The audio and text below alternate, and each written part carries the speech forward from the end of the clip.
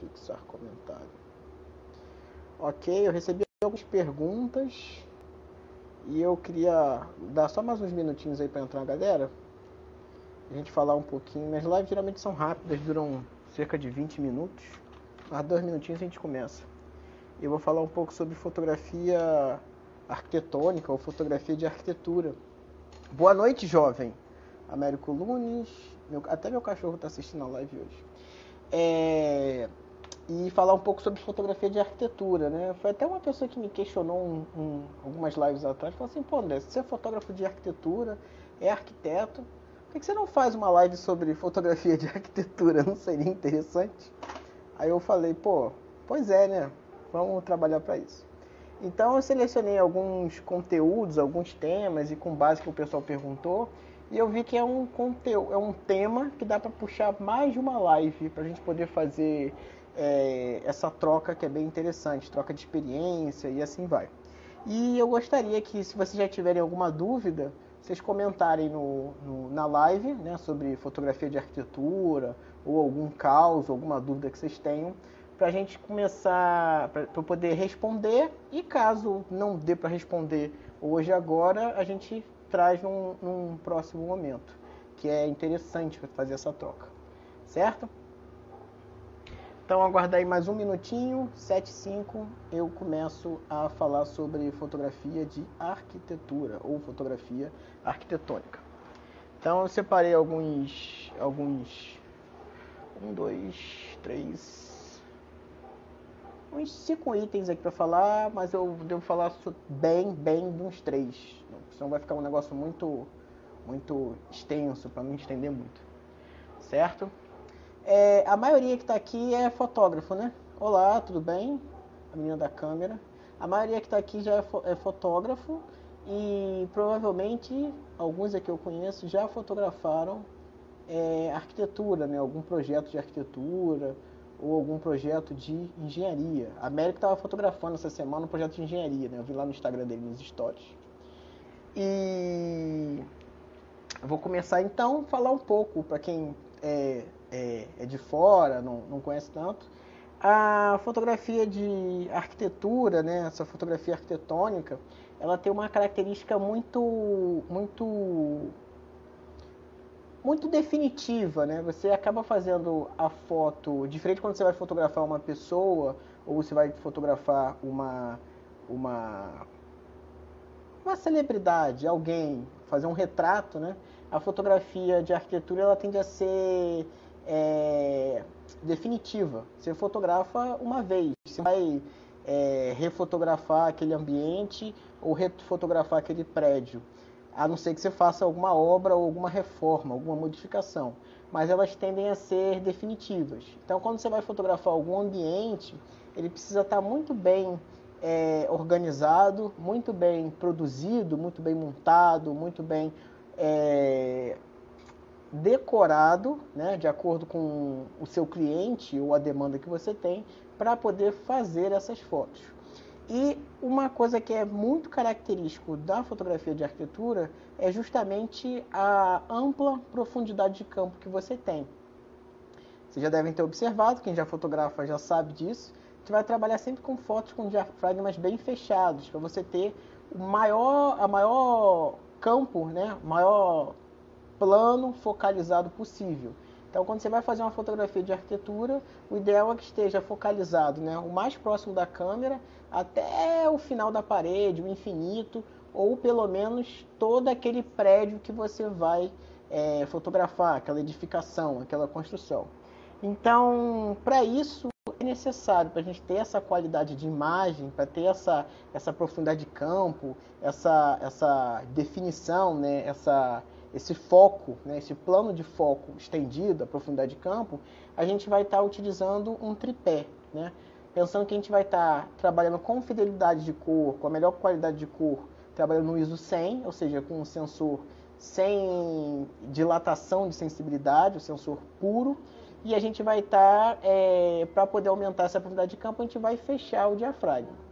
E dependendo do ambiente, se for um ambiente interno ou for de noite, você vai estar precisando de um tripé para fazer essa foto. Porque essas fotos de arquitetura geralmente ela tem uma longa exposição. Você vai fotografar com 8 segundos, 10 segundos, 30 segundos, dependendo do ambiente que você está e qual é a sua necessidade dessa foto. Por exemplo, eu já fotografei ambiente interno, já fotografei fachada externa, que aí você já não precisa ter um diafragma tão fechado, então consequentemente você não precisa ter uma foto de longa exposição, mas também já fotografei igreja, que geralmente é super escuro. Então se você não tem um tripé de qualidade para poder fotografar, um tripé que aguente esse peso, um tripé que não balance quando você clique ou com vento, você pode ter fotos tremidas. Então é importante, primordial que você tenha um bom tripé para fazer essas fotos. E quem gosta de trabalhar com figura humana, eu gosto muito de me fotografar nos meus trabalhos, nessas fotografias de arquitetura. Então boto o tripé lá e passo pela foto para fazer aquele borrão, aquele meu autorretrato no projeto do arquiteto, né, nessa fotografia arquitetônica. Então, o que vai realmente caracterizar uma fotografia de arquitetura, tirando quando você vai fazer algum detalhe ou outro, é justamente essa profundidade de campo bem extensa. E outra coisa que é muito característico da fotografia de arquitetura, quando você vai fotografar principalmente ambientes, essa parte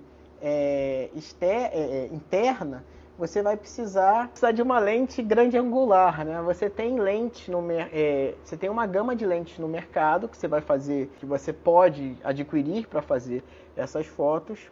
E eu sugiro, sempre quando você for fotografar, trabalhar na faixa dos 14 para full frame, né? 14 a 20 milímetros, para você poder ter um grande ângulo de visão, né? Para cropada PSC, eu recomendo essa aqui, 10 milímetros. Você tem mais ou menos a 16 milímetros numa full frame. E você já consegue fazer boas imagens, pegar ambientes pequenos, ambientes apertados e dar aquela dimensão, né? Dar aquela visibilidade, aquela visão do que é um ambiente para o seu cliente ou para o cliente do seu cliente. A gente que fotografa arquitetura, a gente tem que sempre pensar no nosso cliente e o cliente do nosso cliente, né? Porque quem vai comprar aquele imóvel ou vai usar aquele espaço, provavelmente não é você nem o seu cliente, é o cliente dele. Isso é engraçado, né? Eu vou depois contar um caos aqui de como é fotografar essa situação toda. Tá? Vou só ver uns comentários aqui que fizeram. A Américo Nino nos falou fantasminha. Sim, eu adoro ser o fantasminha das fotos. Quando eu não posso, eu peço para alguém se movimentar e dar essa ideia. Que você escalona, né? Você bota uma escala, a pessoa consegue identificar que você, no caso, está planificando uma imagem, né? Uma imagem em 3D, um ambiente, um espaço. E quando você fotografa, você planifica, você transforma aquele ambiente 3D numa foto, assim, num plano, num papel, numa tela. Então, quando você bota uma escala humana, posicionada, não necessariamente uma pessoa, pode ser um objeto de uso, tipo um carro, um ônibus, dentro da escala do seu projeto, também é interessante. Boa exposição com esses borrões. Tem que fazer muita foto de borrão ainda, Razete, para poder fazer uma exposição com esses borrões. Mas eu tenho algumas fotos. Eu, inclusive, isso deu uma boa ideia. Eu vou postar de hoje para amanhã algumas fotos, esses autorretratos que eu tenho, nos meus stories, então vocês vão poder visualizar isso. E Bárbara mencionou aqui a questão da Tilt Shift. Tilt Shift é uma lente muito diferente, né? Você consegue alterar os raios luminosos dentro dela e você consegue fazer uma correção de perspectiva. Se você for fazer uma fotografia, né, de baixo para cima com uma lente grande angular, a tendência é que o prédio, que é na vertical, ele faça essa conversão de linhas. E a Tilt Shift você consegue regular para você poder ajustar essas linhas e você fazer uma foto mais vertical, mais alinhada possível. Claro que é uma lente, né? Ela não é uma bola de cristal, apesar de ter cristal dentro. Ela não vai resolver todos os seus problemas, mas vai melhorar muito. E a outra coisa que você pode fazer, outra solução que você pode dar, você tem duas soluções quando você vai fazer esse tipo de fotografia que geralmente é externa e você tem prédios muito verticais ou construções muito verticais, você precisa ajustar isso. 3 opções na verdade: usar Tilt Shift e fazer essa regulagem de ajuste quando possível, A segunda opção, você pode fazer isso numa lente sem ser tilt shift, uma lente grande angular, e você fazer essa correção digitalmente. O problema dessa correção digital é que dependendo dessa curvatura, o computador ele vai criar pixels, ele vai criar pontos na imagem e pode ser que fique um pouco artificial. Então vai bater o olho, vai ficar uma imagem meio estranha, parece que vai estar com a resolução um pouco perdida ali, porque ele tenta ajustar essa convergência de linhas. E a terceira é você se posicionar no centro do objeto. Então imagina que você vai fotografar um prédio que tem 15 andares, né, arredondar, 20 andares de altura, e você quer ter essas linhas bem certinhas, basta você fotografar esse prédio do 10º andar. Você vai ter 10 andares para cima, 10 andares para baixo, então ele não vai fazer essa convergência. O prédio ele vai ficar retinho. Claro que arrumar uma escada com 10 andares de altura é um pouco complicado. Talvez seja interessante você pegar um outro prédio para fotografar ou utilizar um drone, que aí muda um pouquinho a técnica, a tecnologia que você vai usar e talvez o seu cliente não queira pagar por esse orçamento. Mas é uma solução para essa questão de convergência de linhas.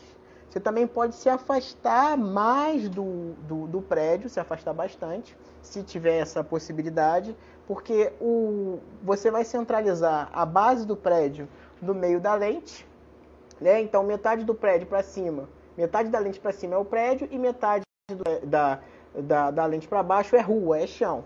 Você faz essa foto e depois você recorta digitalmente só o prédio para ele poder ficar centralizadinho, certo? Também é uma solução, mas geralmente você perde resolução. Você imagina que você tem uma foto de 18 megapixels, só que você vai ter que afastar muito, o prédio vai ficar muito pequenininho para você poder fazer essa imagem e você acaba perdendo muita qualidade. Mas você vai ter lá o prédio certinho, correto, bonitinho. Então, Thiago, não é tecnologia, não é magia, mas chega um ponto que nem com a tecnologia de lentes, né, para tentar evitar essa distorção, ela resolve. Aí você ou vai ter que se ajustar, se virar para poder resolver isso. E uma lente dessa, eu não sei quanto é que está o dólar agora, deve ter dobrado o preço. Mas ela custa na faixa, acho que $2.200, uma lente dessa tilt shift. Não é uma lente barata. Menina da câmera perguntando se isso rola bem também para foto interna. Se colocar, centralizar no ambiente. Quem que não tem grande angular. Fotografia de arquitetura, né, eu encaro muito como 8 ou 80 quando você vai fotografar. Então, quando você vai fazer uma composição de fotografia de arquitetura, tem linha que você não vai conseguir corrigir, dessas linhas verticais ou horizontais, você não vai conseguir corrigir depois na pós-produção.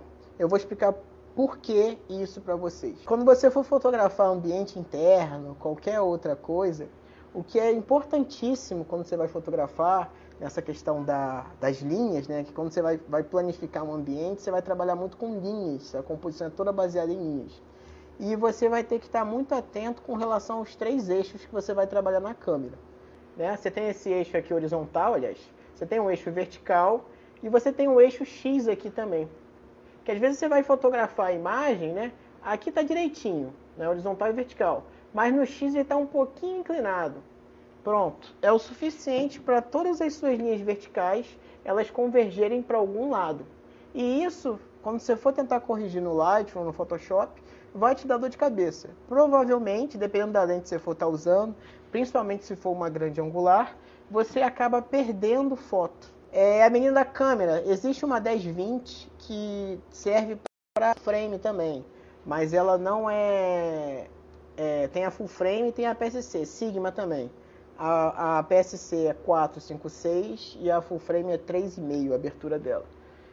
A diferença de um preço de uma para outra é muito baixo. Eu não sei se tem para alocar na Scambo, mas eu sei que existe essa câmera. Boa utilizada para arquitetura, que não é tão cara, é a 1740 da Canon. Eu não sei se tem outra marca. Eu sei que a Sony tem a 16mm, que também é muito boa para poder fazer esse tipo de foto. E a lente que eu adorava usar, mas é uma lente que é bem salgado o valor dela, é a 16-35-28 da Canon, né? Que ela já está na faixa de 9, eu não sei como é que está hoje por causa do dólar, mas na época de 9 mil, né?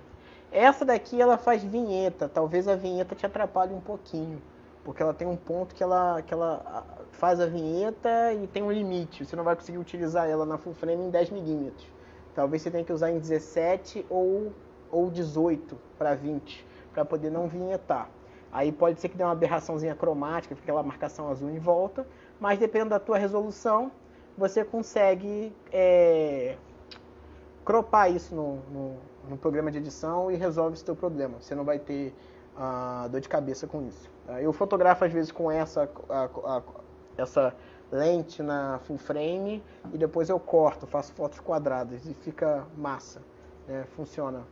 Me perguntaram com relação a como iluminar uma cena, né? Como iluminar um interior de ambiente. Isso vai variar muito do que é o ambiente, de como é o ambiente, qual é a proposta do ambiente.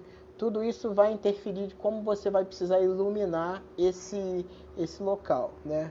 Para você ter ideia, eu já fotografei ambientes que eram muito simples, né? Então não precisei fazer nenhuma modificação, só uma questão às vezes de posicionamento, de composição e posicionamento em relação à luz, né, que vem da janela, né, o balanço de branco. Não tem muito, tem ambientes que você não tem muito o que fazer, mas existem ambientes que eles têm um projeto de iluminação, eles têm uma dedicação do arquiteto para poder ambientar aquele iluminar aquele ambiente. Então você precisa, geralmente você vai fazer várias fotos do mesmo ponto, do mesmo ambiente, com iluminações diferentes. Então já fotografei ambientes que tinha 6, 8 luzes diferentes. Então eu precisava botar a câmera, ver o posicionamento adequado e fazer várias fotos com todas as luzes acesas, com todas as luzes apagadas, só as luzes amarelas, só as luzes brancas, luz de cima com a luz da televisão, luz só do fundo da televisão, luz debaixo do armário, luz de não sei o que. Então eu crio esse leque de possibilidades para o meu cliente, que é o arquiteto, ter isso como opção para poder divulgar o portfólio dele. Eu sei que ele passou horas pensando naquela iluminação para poder montar aquele projeto. Outra coisa, né, que quem me perguntou foi até o Américo. Como é que você fotografa, né? É o dilema da cortina. Como é que você fotografa, né? Você fotografa com cortina aberta ou com cortina fechada? Mais uma vez, depende do ambiente, né? De como é o ambiente, se o ambiente é grande, se é pequeno.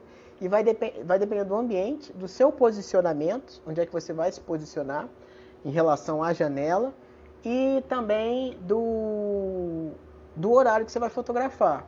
Então, se você for fotografar, por exemplo, meio-dia e o sol está em cima, não entra tanto sol no ambiente, né? Mas também tem alguns fatores externos. Se tiver um prédio branco na janela, ele vai refletir essa luz dentro do apartamento. Tem vários fatores que alteram isso.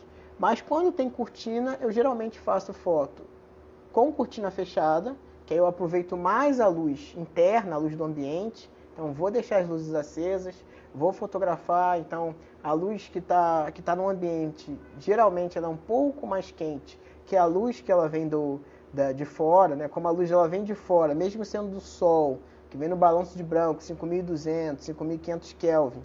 Quando ela entra pela janela, dá uma refração, então ela azula um pouquinho, ela chega na faixa de 6.000 e poucos kelvins dentro do apartamento. E quando você tem a luz de cima do apartamento, que ela é amarela, a tendência é azular essa luz que vem de fora pela janela. Então você vai ter que fazer alguns ajustes, provavelmente na pós-produção. Talvez reduzir um pouco da cor azul, da saturação de azul que está entrando da janela, para poder ter equilíbrio, para dar a sensação que a luz está entrando de fora não é azul, não é a noite, e sim é a luz do sol, uma luz branca. Então você tem que fazer esses ajustes finos quando você for editar a foto. Mas eu sempre trabalho cortina fechada, cortina aberta, cortina entreaberta. Aí vai depender também. Já fotografei apartamento que tinha uma cortina dupla, então eu tive que fotografar 2 vezes com cortina aberta, cortina fechada, né? E com cada luz de ambiente acesa para poder fazer essa mescla, essa mistura. E como dá essa diferença, ou a luz interna fica muito amarelada, a câmera fica meio perdida, né? ou a luz de fora ela fica a luz de fora vem azulada e a luz interna ela fica mais neutra, né, menos amarela, ou faz essa situação de estar um mais azulado e outro mais amarelo, tem esse mix todo.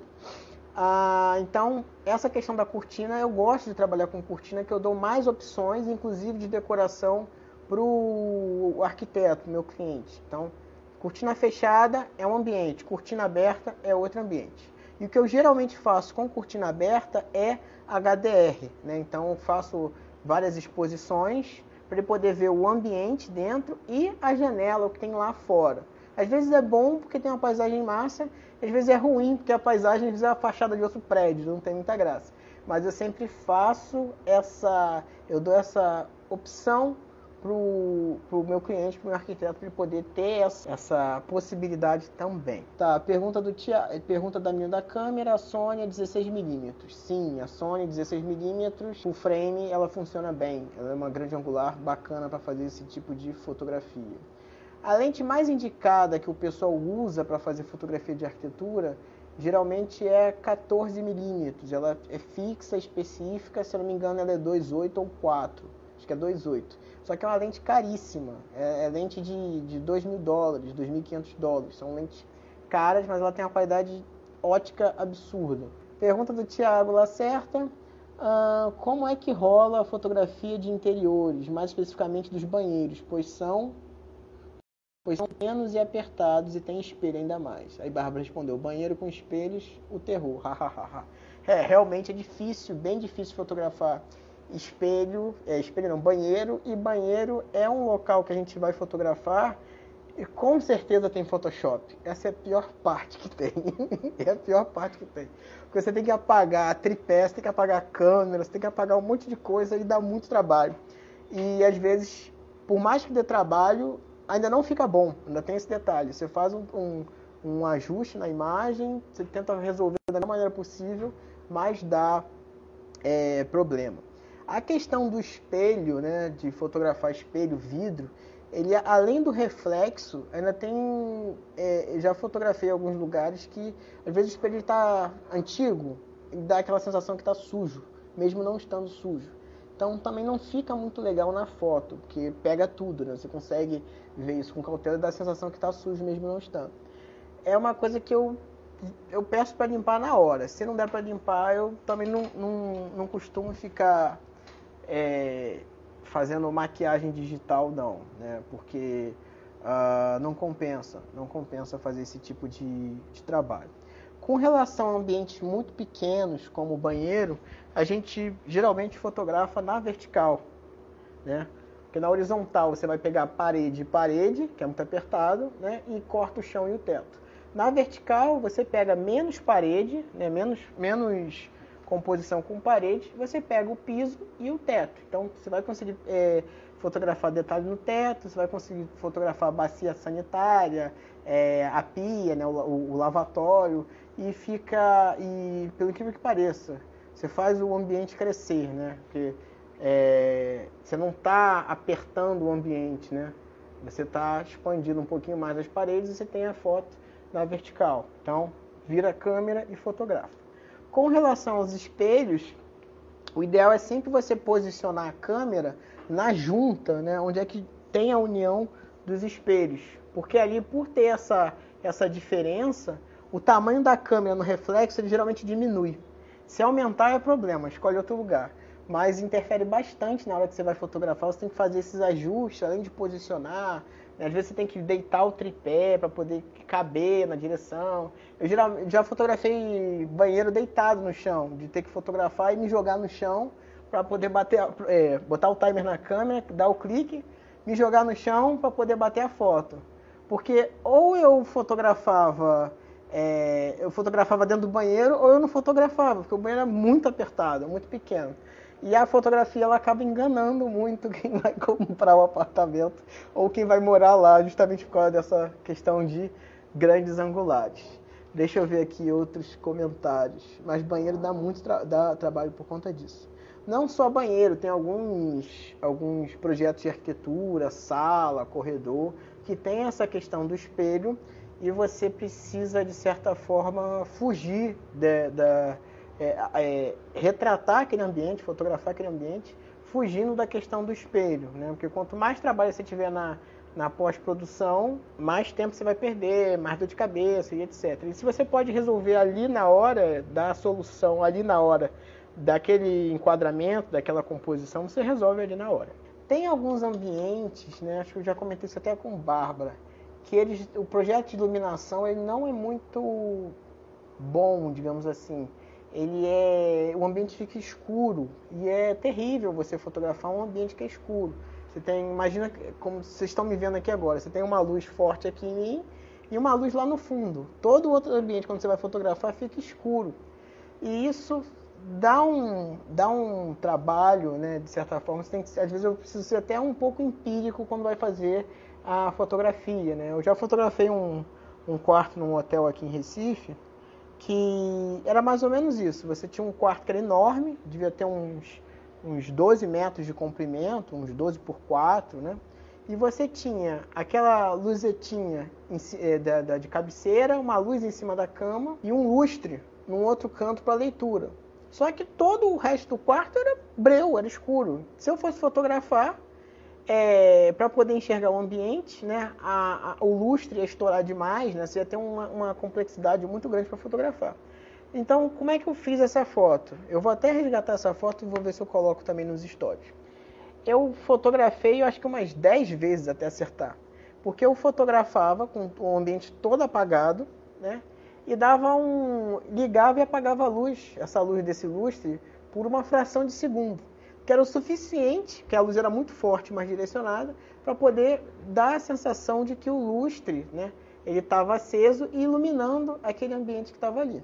Então foi uma guerra até acertar esse ponto, porque como são fotos de longa exposição, então eram fotos de 20, 30 segundos, então para cada erro era quase 1 minuto de fotografando, né, que você fotografa, aí leva esse tempo todo captando, depois a câmera processa a imagem para depois te apresentar o resultado. Aí eu demorei muito tempo para poder fotografar um desses ambientes desse hotel, justamente por conta desse projeto de iluminação. Você usa controle remoto? Uso. Inclusive eu estou com um controle emprestado que eu peguei emprestado e não devolvi até hoje. Mas eu sempre aviso pro dono, ó, teu controle remoto tá comigo.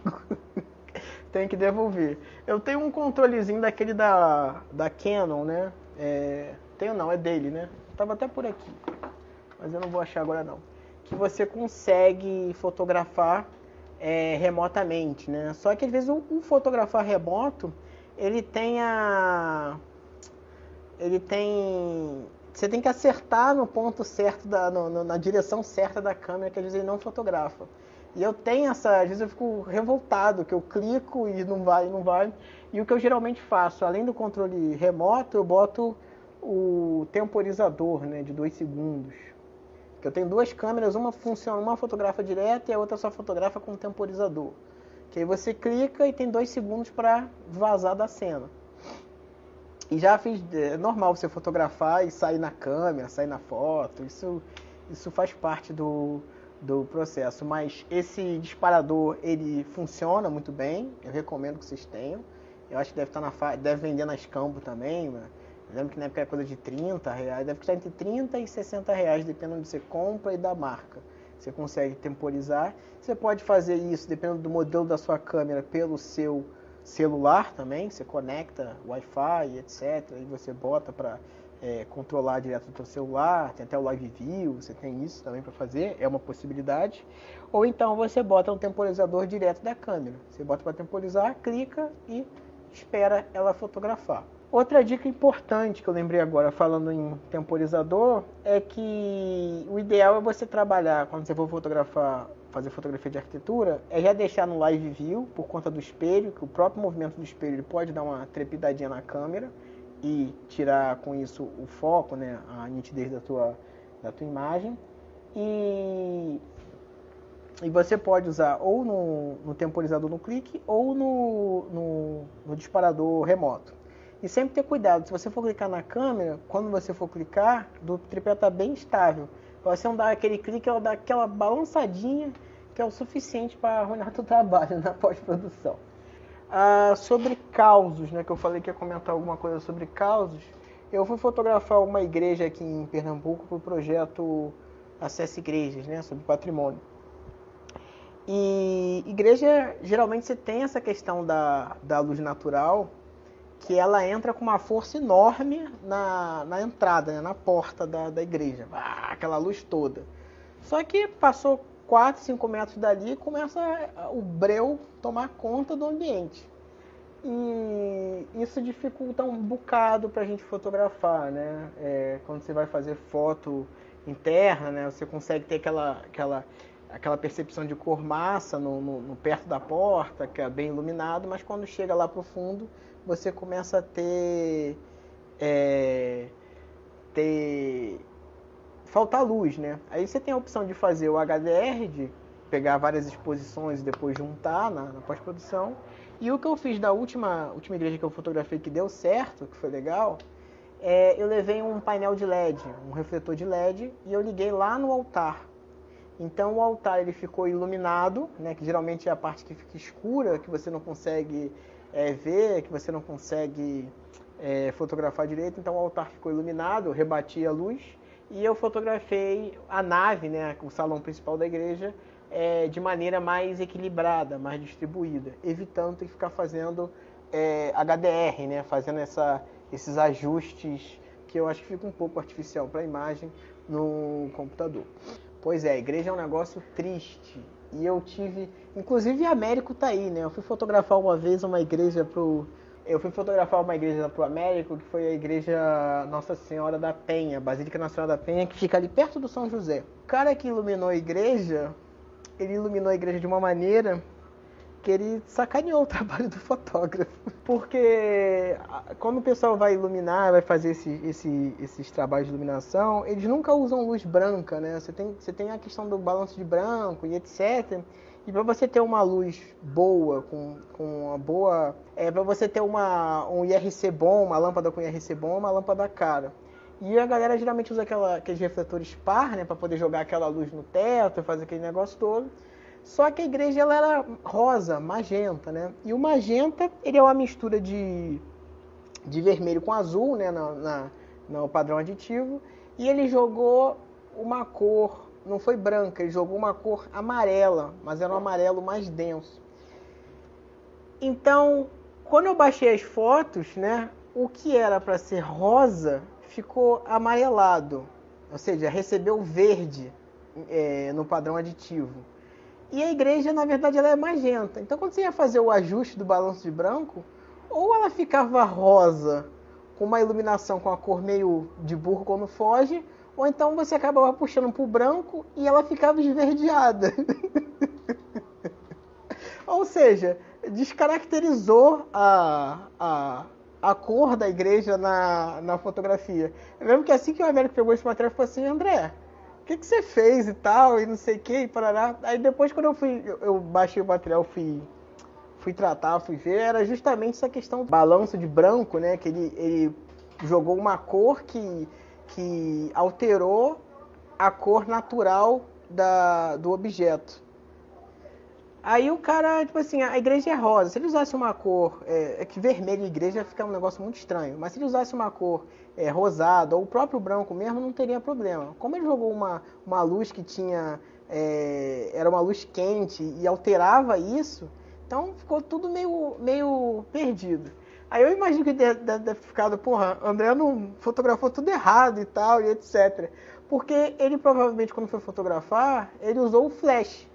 E o flash, ele tem essa característica de eliminar, né? Por ele estar trabalhando com uma cor branca, ou ele ilumina para a cor original do objeto, do que ele está sendo fotografado, ou então ele vai eliminar onde tem cor. Então, se você jogar uma luz branca num objeto que está com uma cor azulada e o objeto ele tem outra cor, ele vai voltar para a cor original do objeto. Então, eu imagino que o Américo deve ter muito puto comigo. Foi uma porra, eu não posso fazer nada. Por conta da iluminação da igreja. Aí, eu não posso fazer. Eu nem sei se como é que foi, mas eu lembro desse caos que teve de iluminação de igreja que eu tomei teve esse problema, né, de cor e etc, de iluminação. Eu acho que é isso, gente, né? Cuidado que vocês têm que ter com relação, voltando a falar em balanço de branco, quando vocês vão fotografar, já vi algumas fotos de alguns outros fotógrafos de arquitetura aqui de Recife, que as fotos elas ficam azuladas, né? Quando ele vai fotografar e ele usa justamente, foi até a América falou comigo essa semana, né? Acaba usando a cortina aberta para entrar a luz natural no ambiente, né? E ele fotografa geralmente a favor da luz, né? Quando você está com a cortina aberta, você fotografar a favor da luz, você não tem contraluz, você não pega aquele realce de textura, você consegue fotografar de forma mais uniforme, mais difusa até certo ponto. Mas, consequentemente, você tem a luz do sol, que ela não está entrando branca, ela vai ter o fenômeno de refração, ela vai chegar um pouco azulada. E o que acontece às vezes é que o balanço de branco de quem fotografou tá pro branco 5200, 5500. Quando entra essa luz, ela fica azulada. Aí fica uma luz azul entrando no ambiente e o ambiente com as luzes amareladas, porque ele tem essa característica. Aí o ideal é você fazer esse ajuste na pós-produção. Você consegue reduzir lá o HSL, reduzir a saturação do azul, que aí você diminui um pouco isso. Você consegue justamente dar essa amenizada e a luz que está entrando azulada, ela parecer que ela é branca. Certo, jovens? Vou deixar aí, eu acho que era isso que eu tinha para falar. Eu estou organizando para falar sobre fotografia de viagem em breve. Então vai ter uma lista aí de convidados para a gente poder estar trocando essa ideia, falar sobre esses causos de fotografia, de viagem, de perrengue, essas coisas todas. Acho que vai ser bem divertido. Então é isso, espero que vocês tenham gostado e até a próxima. Quarta que vem, 19 horas.